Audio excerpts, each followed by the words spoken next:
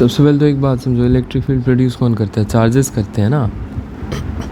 तो अगर मैं मान लेते हैं एक क्यूब ले रहा हूँ, अरे कसम से भाई ये क्या है, ये वाइट कलर आ जाओ यार, कुछ भी कलर आ जाओ। एक क्यूब ले रहा हूँ, ठीक है, और ये एक सॉलिड क्यूब है, ठीक है। क्या है? Solid cube. तो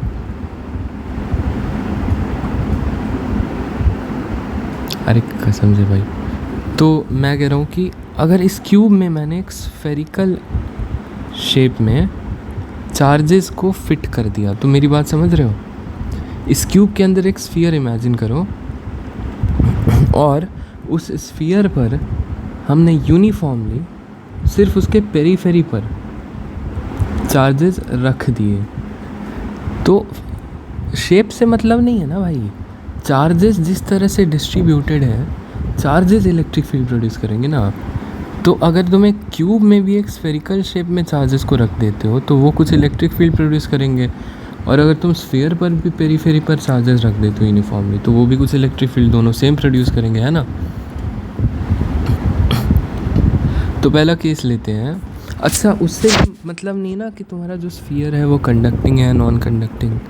चार्जेस का डिस्ट्रीब्यूशन इलेक्ट्रिक फील्ड प्रोड्यूस करेगा, मटेरियल से क्या मतलब है। तो मैं कह रहा हूँ सबसे पहले एक स्फीयर लेते हैं। ये स्फीयर है, ये दिखाने के लिए ये डॉटेड लाइंस यूज़ कर रहा हूँ, और इसका रेडियस है r। मैं पूछ रहा हूँ कि इसके बाहर कहीं इलेक्ट्रिक फील्ड तुम्हें बतानी है, ठीक है, तो बता देंगे। वही गॉस लॉ यूज़ करो और एक स्फेरिकल गॉसियन सरफेस बनाते हैं, ठीक है। ये जो पीले से बना रहा हूँ वो एक स्फेरिकल गॉसियन सरफेस होगी। अच्छा, ये स्फीयर कुछ इस तरह का है ना कि इस स्फीयर के पेरीफेरी पर, यानी कि मतलब आउटर सरफेस पर यूनिफॉर्मली चार्ज स्प्रेड है। Q charge uniformly spread on outer surface.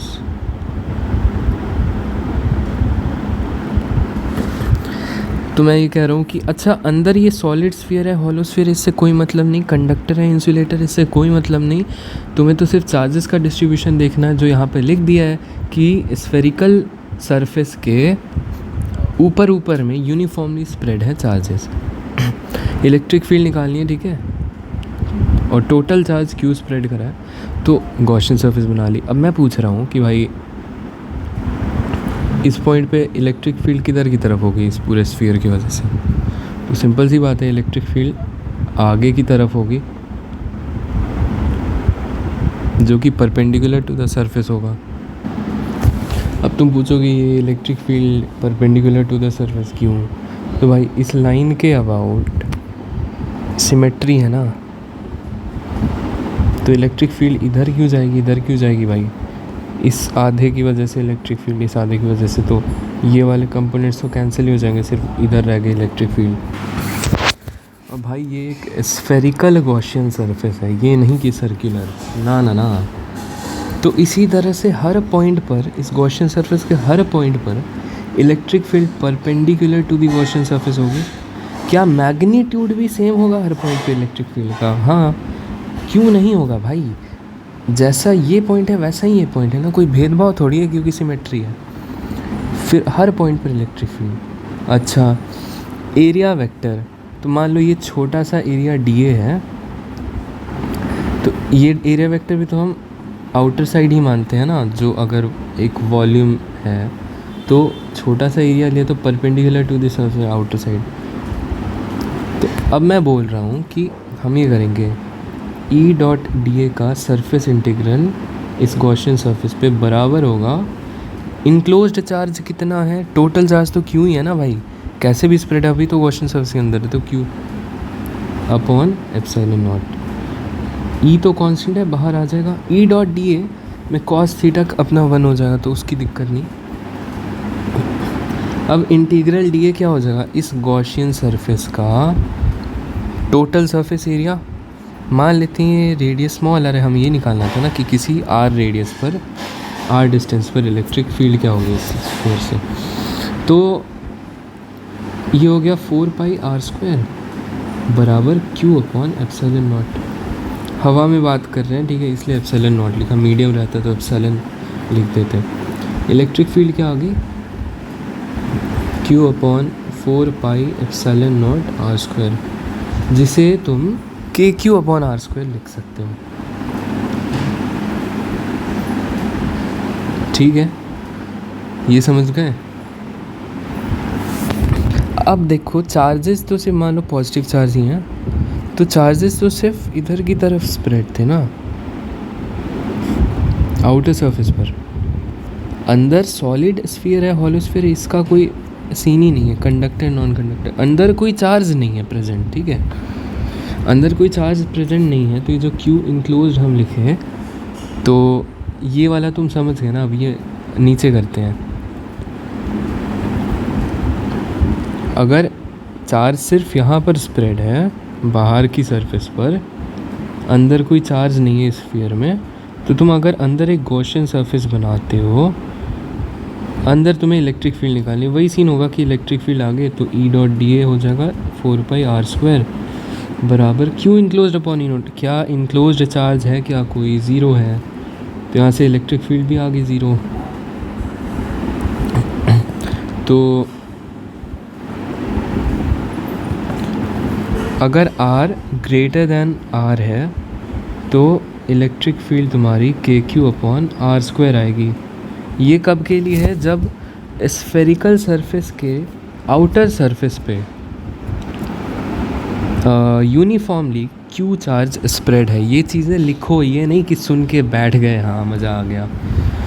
R less than R पर तो इलेक्ट्रिक फील्ड ज़ीरो आ रही है, और ये दोनों केस कब? जब Q is uniformly spread on outer surface of sphere, मतलब इन अ स्फेरिकल शेप, ठीक है। मैं नहीं कह रहा स्फीयर ही होना चाहिए, कुछ भी है उसमें स्फेरिकल शेप में चार्जेस डिस्ट्रीब्यूटेड है ना, सच दैट वो सिर्फ आउटर सरफेस जैसे ही दिख रहा है। तुम समझ गए ना भाई? तो तुम्हें ये याद रखना है, ये दोनों फॉर्मूले याद रखने हैं। देख गॉस लॉ से तो देख के भी पता चल रहा है ना, याद रखने की ज़रूरत नहीं। अब समझ में आया होगा कि क्यों हम पॉइंट चार्ज की तरह इसे ट्रीट कर पा रहे हैं। तो रुक, अब इसमें हमने क्या कर दिया ना कि Q चार्ज को सिर्फ सरफेस पे ही नहीं, अंदर भी, यानी कि पूरे के पूरे वॉल्यूम में यूनिफॉर्मली स्प्रेड कर दिया। यानी कि ये एज ए सॉलिड स्फीयर हो गया यूनिफॉर्मली चार्ज Q, समझ रहे हो? अंदर में भी हमने Q चार्ज को यूनिफॉर्मली स्प्रेड कर दिया। तो टोटल चार्ज तो Q ही है। तो अगर मैं पूछूँ बाहर इलेक्ट्रिक फील्ड क्या होगी, तो फिर से हम क्या करेंगे, गॉसियन सरफेस बनाएंगे और कहा कि इलेक्ट्रिक फील्ड फिर से बाहर की तरफ होगी, तो E.dA को तुम 4πr² लिख दोगे, ये रेडियस स्मॉल आ रहा है, will be equal to Q enclose, तो Q ही है ना। तो यहाँ से फिर से इलेक्ट्रिक फील्ड वही आ गई KQ upon r² for R greater than R। तो ये दोनों फॉर्मूले हमारे सेम आ गए। तो मतलब यहाँ से क्या पता चला हमें कि चाहे तुम Q चार्ज को स्फेरिकल शेप में एज अ पूरे वॉल्यूम में डिस्ट्रीब्यूट कर दो यूनिफॉर्मली, वेल एक सेकंड, देखो यूनिफॉर्मली स्प्रेड करना इसलिए ज़रूरी ना क्योंकि यूनिफॉर्म नहीं रहेगा तो इलेक्ट्रिक फील्ड परपेंडिकुलर नहीं आएगी, फिर तुम निकाल नहीं पाओगे इलेक्ट्रिक। तो चाहे तुम पूरे वॉल्यूम में यूनिफॉर्मली स्प्रेड कर दो या फिर सिर्फ सरफेस पे यूनिफॉर्मली स्प्रेड कर दो, electric field outside the spherical surface यानी कि किसी r डिस्टेंस पे greater than capital R KQ upon r² ही आएगी, ठीक है। इट डजेंट डिपेंड कि वो यूनिफॉर्मली वॉल्यूम में स्प्रेड है या ऊपर के सरफेस पे। अच्छा, अब यहाँ डिफरेंस आ जाए ना भाई, तुम अगर अंदर में इलेक्ट्रिक फील्ड निकालना चाह रहे हो तो अब तो अलग हो जाएगा सीन। अंदर में निकालते हैं तो ये येलो हम गॉसियन सरफेस बना रहे हैं,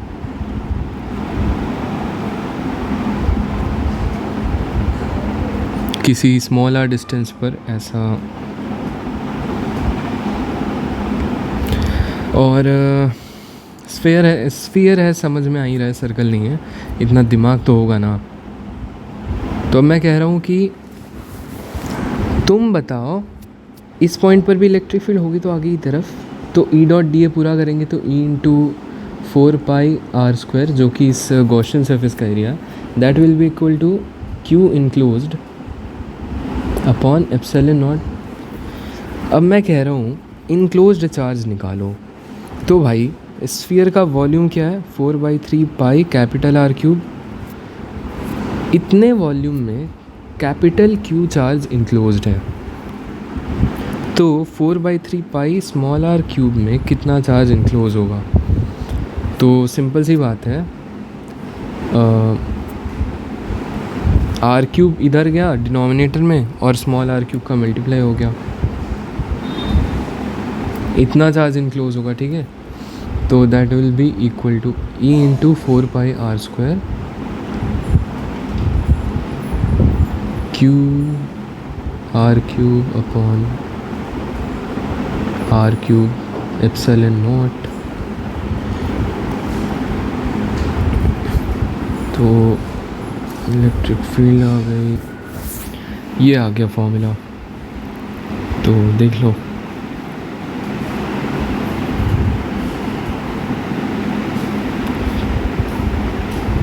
कंडीशन